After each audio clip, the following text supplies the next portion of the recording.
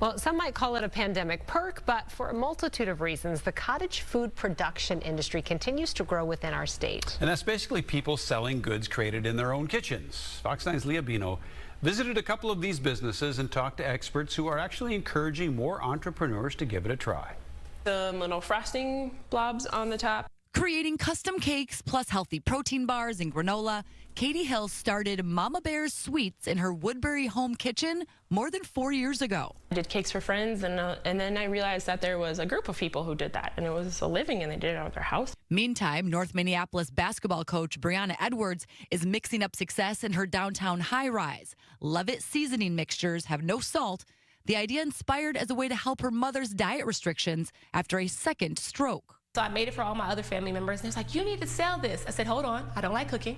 Okay, so we're not gonna sell food. We're not gonna do that. They're like, no, sell seasoning. And I'm like, you can do that? These entrepreneurs are among the fast-growing list of registered cottage food producers in Minnesota.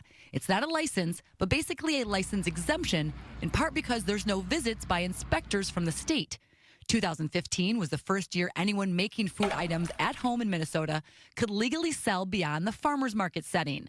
That year, just under 500 took the training and registered, and year over year, the numbers have increased by the thousands. Halfway through 2023, the Department of Agriculture says there are just over 7,100 cottage food producers registered, on pace to surpass the record set last year of 7,300. There's so much talent and so much potential, and just in our state alone, that it's boundless. Shelly Erickson is the president of the Minnesota Cottage Food Producers Association and part of a team, including the Farmers Market Association, that has been advocating for these home-based businesses for decades. In 2021, they were a large reason lawmakers increased the income cap for cottage food producers from about $18,000 to $78,000. After this year's legislative session, as of July 1st, those making at-home cat or dog treats can now also ship their products. All others must continue face-to-face delivery or pickup. There are less requirements when the buyer and the seller are closer together. Now work is being done to expand training beyond food safety and cleaning and include much more. And then we're going to go into, and here's how to price your product profitably. And here's which foods require sales tax. So we're going to do a 360 and just really talk about not only the law, the food safety, but how to make it a nice, profitable business. Because there's no need on these hot days to have that oven going and we're all, sweating with the heat and not make some money while you're doing it. Hustling her homemade mixtures, Brianna wants to work her way to a commercial kitchen someday. The ultimate goal is to be in the stores across the country, right? I want to create this wealth for my family that I didn't have access to.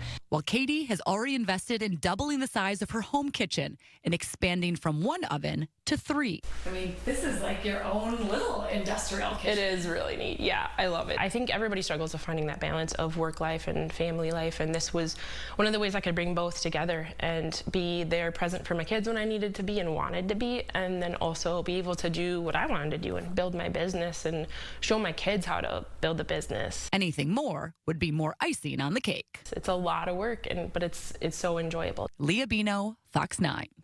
Is that a s'mores cake I saw? It looked incredible. And that's art. It's not just food, it's art. And I give all of the participants in that piece a lot of credit because it's a lot of work. Right. And you're really taking a big chance. You're an accountant, Yes. plus your food production and sales too. So good for them. All right. There's a lot more to come on the conversation about the cottage food industry. We've put links to the resources for learning more on our website, fox9.com. Also of note, the adult use cannabis law going into effect this week does not impact this cottage food market. So, for instance, making and selling marijuana brownies is not allowed. No can do. All right, taking a look at the week.